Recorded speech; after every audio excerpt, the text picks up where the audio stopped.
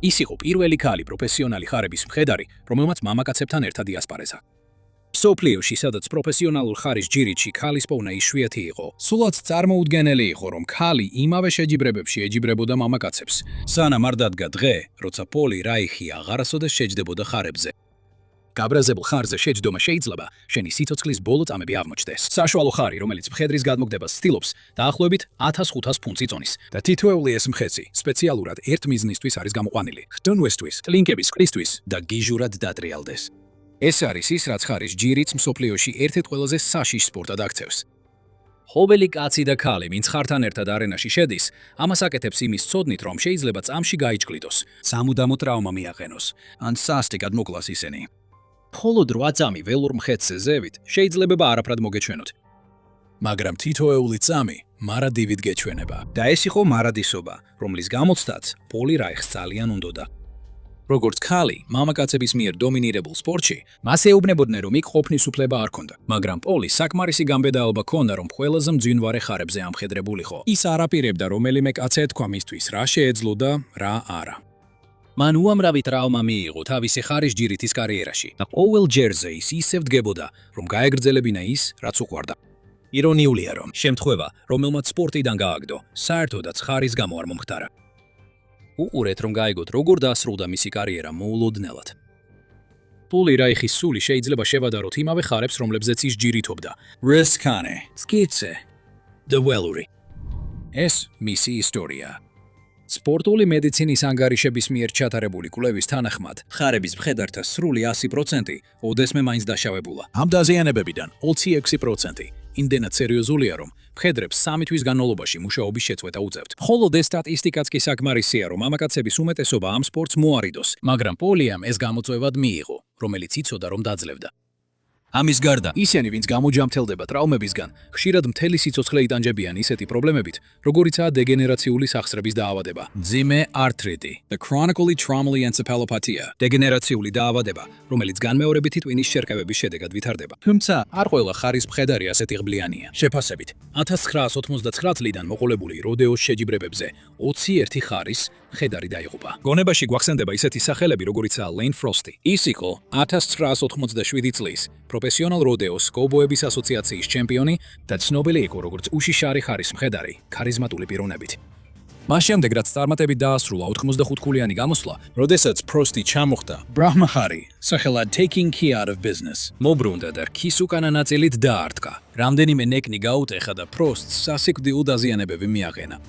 ის მხოლოდ 25 წლის იყო, მაგრამ ის აბსოლუტ, როგორც ყველა დროის ერთ-ერთ უდიდეს ხარის მეჯირითეს. უფრო ახლახან, 2019 წელს, მეისონ ლოუმ, სასიკვდილო უბედური შემთხვევა, განიცადა იმავე ახალგაზრდა ასაკში, 25 წლის ასაკში. ნიჭიერი ხარის მხედარი ხარის წონის ქვეშ მოექცა და მოგვიანებით გარდაიცვალა გულზე მიღებული მძიმე დაზიანებების შედეგად.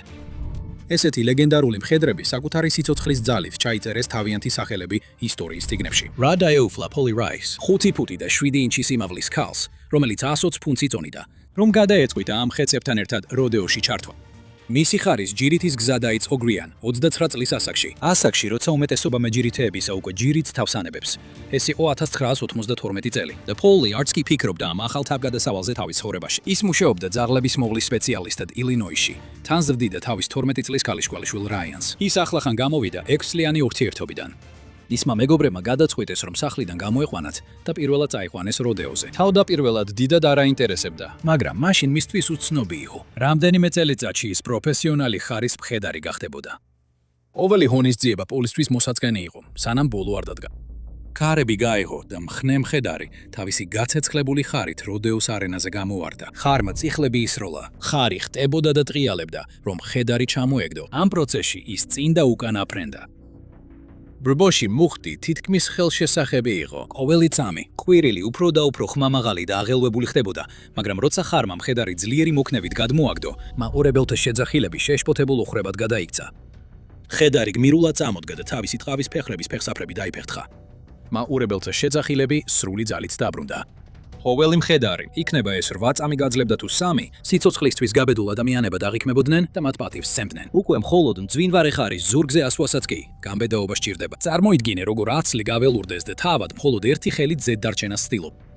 პოლი გაოცებით და აღფრთოვანებით უყურებდა ამ სანახაობას.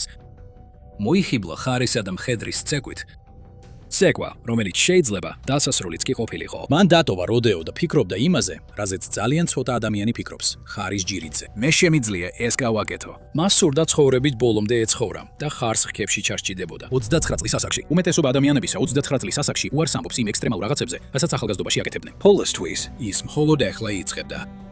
უნდა შევჩერდეთ და დავაფასოთ პოლის სიმამაცე. ის არა მარტო ექსტრემალურ სპორტს მისდევდა ნებისმიერი სტანდარტით, არამედ ის იყო ერთ-ერთი მცირე რიცხოვან ქალთაგან, ვინც მზად იყო მამაკაცების ლიგაში ეასპარეზა. ეს ნიშნავდა, რომ მას მზად უნდა ქონოდა თავი იმ ადამიანებისგან უარყოფითი რეაქციისთვის, ვისაც მოძველებული შეხედულებები ჰქონდა იმის შესახებ, თუ რას უნდა აკეთებდნენ ქალები. მან თავისი ახლად აღმოჩენილი გატაცება ყველასგან საიდუმლოდ შეინახა, მათ შორის თავისი ქალიშვილისგანაც და დაიწყო მენტორის ძიება.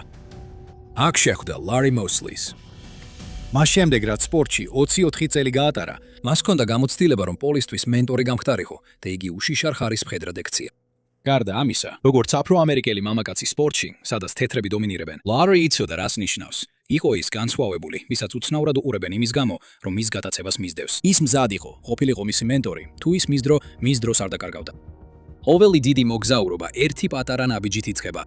ამიტომ მოზლიმ პოლი დააწყებინა საბაზისო ვარჯიშზე ხარზე, სახელად Devil's Delight. ის შედგებოდა ხის კასრისგან, რომელიც აუტოფარეხის კარის ზამბარებზე იმპროვიზებულად იყო მიმაგრებული. ტრენაჟორი 8 ფუტის სიმაღლეზე იყო დამაგრებული, რათა დაემგვანებინა რა სიმაღლიდან ჩამოვარდებოდი ხარის ზურგიდან. მოზლი გაოცებული იყო, რომ პოლი საერთოდ ახერხებდა დაჭერას, ამიტომაც დათანხმდა, რომ ევარჯიშებინა. პოლიმ თქვა, რომ ამ აპარატით სარგებლობა ჯოჯოხეთში გავლას გავდა, მაგრამ ეს ისეთი გამოწვევა იყო, რომ კვირაში 5 დღე ისევ და ისევ მივდიოდა. ეს ციტატა პოლის ნამდვილი სიმტკიცისა და მიზანდასახულობის მაგალითია. მაშინაც კი როცა ყველაფერი გართულდა, მან მაინც გააგრძელა ბრძოლა. კვირაში 5 დღის განმავლობაში პოლი საკუთარ თავს 3 საათიან დამღლელ ვარჯიშებს უტარებდა. მას შემდეგ, რაც მან სრულად აითვისა Devil's Delight-ის ხტუნვა და ქანაობა, ის გადავიდა ნამდვილი საშიში ხარის ხტუნვასა და ქასა და ქანაობაზე.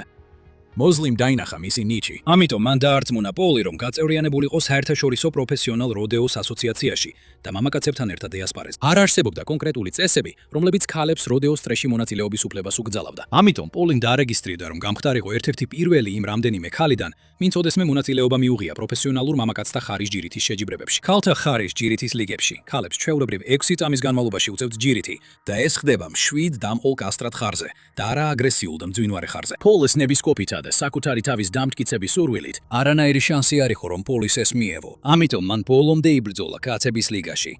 მისი პირველი პროფესიონალური როდეოს გამოსვლა საბოლოოდ 17 თებერვალს შედგა 1994 წელს ჯონსონ სიტიში, ტენესის შტატში. ეს იყო საინტერესო თავგადასავლის დასაწყისი, რომელმაც პოლი რამდენიმე მოტეხილობითა და ტრაუმებით დატოვა. სანამ პირველ ჯერზე დაჯდებოდა, შეიძლებოდა გაგეგონა, როგორ ამბობდა პოლი, უნდა დავიწყო კონცენტრირება. თუ არ გააკეთებ, ზრდით დაშავების შანსებს. როდესაც წინ და უკან ირწევი, რათა სიმულაცია გაუკეთო ხარის ხევასა და ქანაობას, მისი პირველი ჯირითი 3 წამი გაგრძელდა და ბოლოს თავისი საცეკვაო პარტნიორის უზარმაზარი ფეხით კბაში მიიღო დარტყმა. რომ შევადაროთ, ხარის ფეხი უფრო დიდია ვიდრე ადამიანის ხელის გაშლილი სიგანე. თუ ამას სახეში წიხლს მიიღებ, ბევრ ადამიანს მაშინვე დაანებებინებდა ხარის ჯირითს, მაგრამ არა პოლი. მას მაინც უნდოდა ისევ ხარზე ამძრვალიყო და ის 8 წამი ბოლომდე გაეტანა. ის საერთაშორისო პროფესიონალ როდეოს ასოციაციაში დაარეგისტრირდა, რათა კვირაში 3 როდეოში მიიღო მონაწილეობა და შემდეგ მასზე ყურადღება მიაქციეს. ის ბევრ შეჯიბრებაში არ იმარჯვებდა, მაგრამ ხარის ზურგზე მისმა შეუპოვრობამ ისეთი ხალხი მიიზიდა, როგორც ვერავინ სხვა მხედარმა. ის არა მარტო დიდ მასებს იზიდავდა, არამედ სპონსორებისა და მედიის ყურადღებასაც იპყრობდა. პოლი ამბობდა, რომ ამ პერიოდში ცხოვრება მისთვის და მისი ქალიშვილისთვის მუდმივ არდადეგებს ჰყავდა. სპონსორები უხდიდნენ მას, რომ ერთი როდეოდან მეორეზე ემგზავრა. ის აოცებდა მაყურებლებს თავისი მტკიცე მოჯერით და აშინებდა მათ თავისი საშინელი ტრაუმებით. თუმცა მისდამი ყურადღება ყოველთვის დადებითი არ იყო. ყველა ტრაუმა გაცოფებული ცხოველისგან არ მიუღია. არსებობენ მამაკაცები ისეთი მკრიფე ეგოთი, რომ ქალი, რომელიც მათზე უკეთ ჯირითობს ხარზე, მათი იდენტობისთვის საფრთხეს წარმოადგენს. ისინი ცდილობდნენ პოლის სპორტიდან გაეძევებინათ. როდესაც აირპას ტურზე ასპარეზობდა, მისი ძაღლი სპროკეტი მიზანში ამოირეს და შოკის მომგვრელად გაანადგურეს. შემდეგ მათ მოუშვეს მისი სატვირთო სკაპოტის ჭანჭიკები, რომ გზაზე სიარულისას სკაპოტი მოფრინდა. ეს მაინც არ იყო საკმარისი. ერთ ღამეს უცნობი მამაკაცების ჯგუფმა მას თავს დაესხა და სცემეს, მხოლოდ იმიტომ, რომ არ სურდათ ქალი მათთან ერთად ეჯიბრებოდათ. პოლი მიჩვეული იყო ხარის ჩლიქების ბრახონს, აბა სუსტი კაცების დარტყმები რას დაუშავებდა. მისი განძლეობა წინ სვის ძალს აძლევდა. ამიტომ მათი მშიშარა დაშინების ტაქტიკებმა ვერ გადააფიქრებინა თავისი საყვარელი საქმის გაგრძის გაგრძელება. ამ დროის განმავლობაში პოლის ერთ-ერთმა სპონსორმა იგი ახალი ხარის ჯირითის სკოლაში გაგზავნა. მას ხელმძღვანელობდა Rhodos legenda Lyle Sankey, რომელიც პოლის ახლო მეგობარი და მნიშვნელოვანი მენტორი გახდა. მან ურჩია, რომ დაეტოვებინა IRPA და გაწევრიანებულიყო უფრო პრესტიჟულ პროფესიონალ ხარების ამხედრების ასოციაციაში. რაც მან აღმოაჩინა, სრულიად განსხვავდებოდა IRPA-სგან. PBR-ში ხარების ამხედრები მასთან ძალიან ზრდილობიანად იქცეოდნენ და უხაროდათ, რომ იშვიათად ხლებოდნენ ასეთ მიზანდასახულ ქალს, რომელიც იმავე უზარმაზარ ხარებზე ასპარეზობდა, როგორც ისინი. აქ პოპი ზოგიერთი ამხედარი მისი უახლოესი მეგობარი გახდა. მაგრამ ამ პერიოდში მან კიდევ უფრო საშინელი ტრაუმებიც მიიღო. პოლი რამდენიმე კოჩის მოტეხილობას გაუძლო, მოტეხილი მაჯა, გაბზარული წვივის ძვალი, ამოვარდნილი მხარი და კიდე მოტეხილი მენჯის ძვალი. ყველაფერი თავისი ვნების გულისთვის. საერთოდ რომ აღარაფერი ვთქვათ ყველა დაჩემაზე, სისხლ ჩაქცევაზე და ნაკერებზე, მისი ერთ-ერთი ყველაზე მძიმე ტრაუმა მაშინ მიიღო, როცა მისი ქალიშვილი 13 წლის გახდა. პოლი მოახერხა და ხარზე გაძლო, ანუ მან სრულად 8 წამი შეძლო დარჩენილიყო ზურგზე. ჩამოგდომისას პოლი ყურადღება მოადუნა და ვერ მოასწრო ხარისგან მოშორება. ხარი მუცელზე გადაბრუნდა და დაეცა ნაზ მხედარზე.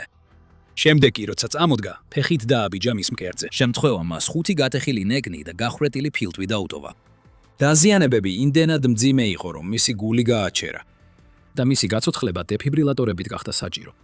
პოლის ქალიშვილი, რაიანი, მისი პირადი მედდა იყო. ის უკვე შეშინებული იყო, რომ დედამისი შეიძლება სერიოზულად დაშავებულიყო, ან მოკლულიყო ხარისმიელიყო ხარისმიერ. ამიტომ ამ შემთხვევის შემდეგ ორივემ თავიდან გადახედა პოლის კარიერის არჩევანს. პოლიმ თქვა, როცა რაიანი საავადმყოფოში ვნახე, ვკითხე, უნდოდა თუ არა რომ გამეჩერებინა. მან გადაწყვიტა, რომ რადგან ეს ჩემი შეცდომა იყო და არა რაღაც უკონტროლო, რამაც ავარია გამოიწვია, მას შეეძლო ამის გარდატანა. სხვა შემთხვევაშიც, რომელიც ძალიან მძაფრი იყო აღწერისთვის, მას თავის განზე მძიმე ტრაუმა მიაყენეს, რის გამოც თავზე 60 ნაკერი დაადეს. ყველაზე შოკის მომგვრელი ის არის, რომ ამ ტრაუმებიდან არც ერთმა არ დაასრულო მისი კარიერა. ეს როდეოს შეჯიბრებების გარეთ მოხდა. ეს მოხდა Fort Collins-ში, კოლორადოში. პოლი ველოსიპედით დადიოდა, რომ შემდეგი ხარის ჯირითის შეჯიბრისთვის გაეთბო. იმავე დღეს ფეხბურთის თამაში ტარდებოდა. ამიტომ ტრალი კოლეჯის სტუდენტები აუცილებლად იქნებოდნენ იქვე. როცა პოლი ველოსიპედით ფეხბურთის სტადიონს ჩაუვლიდა, ისკენ სწრაფად მოემართებოდა სათვირთო, რომელშიც სტუდენტები კეგიდან ლუდს სვამდნენ. საბედნიეროდ, ისინი სწრაფად ჩაუქროლეს, მაგრამ პოლიციელი, რომელიც მოტოციკლეტით მისდევდა მათ, იმდენად იყო კონცენტრირებული, რომ პოლის ველოსიპედი ჩავლო ვერ შეამჩნია.